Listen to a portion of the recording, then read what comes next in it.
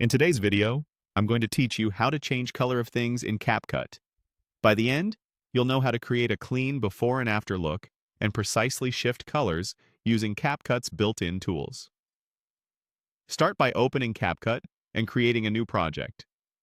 If you're on desktop, you'll land in the editor with a timeline and preview window. On mobile, you'll see similar controls along the bottom. Choose the aspect ratio that fits your footage so your frame matches where you plan to share it. Next, add your video. Import your clip and place it on the timeline. Give it a quick play to check that the exposure and white balance are consistent, because color changes always work best on well-lit, balanced footage.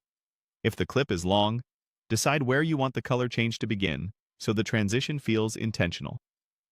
Now, split the video in two. Move the playhead to the exact frame where you want the new color to appear and make the split. The first part will show the original colors, and the second part will be your color-adjusted version. This creates a natural cut that highlights the change without needing complicated transitions. If you see a hard jump, consider choosing a neutral moment with minimal motion for the split so the shift feels smooth. Select the second part and open the color controls, then go to HSL. HSL stands for Hue, Saturation, and Luminance. Hue changes the actual color.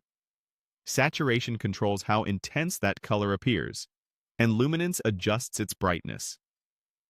Target the color range you want to modify, then nudge the hue slider until you reach the new tone you're aiming for. For example, shifting blues toward teal or reds toward magenta. Increase saturation a little to make it pop, and adjust luminance to keep the color from looking too dark or washed out. Make small moves and play the clip to see how it looks across different frames. Finally, fine-tune the overall color attributes. Use exposure, contrast, highlights, shadows, temperature, tint, and vibrance to balance the look so it matches the first part of the clip.